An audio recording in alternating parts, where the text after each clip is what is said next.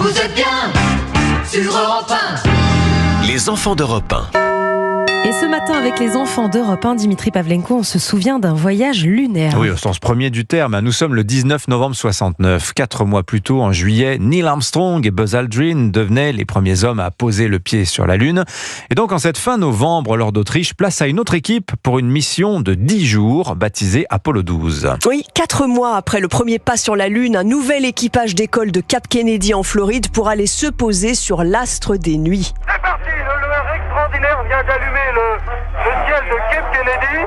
Eh bien, le départ a eu lieu à la seconde près.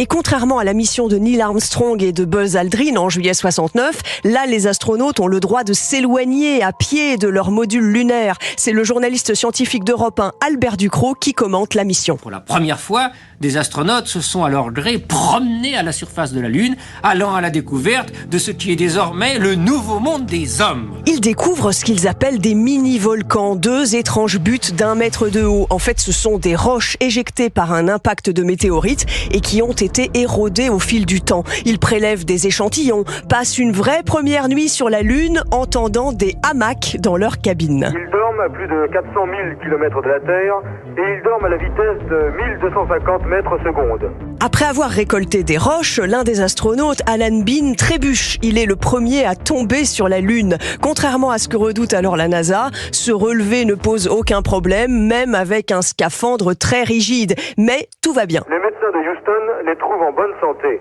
Albin a même dit avoir grossi. Conseil de la Terre, faites un 100 mètres tous les matins.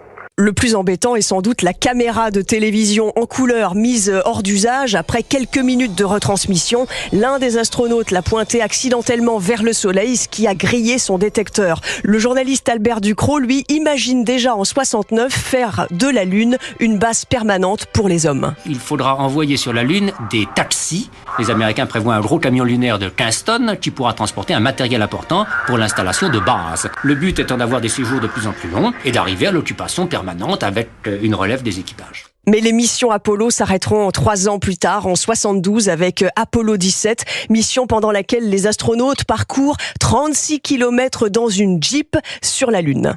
Merci beaucoup, Lord d'Autriche. Réalisation Sébastien Guidi.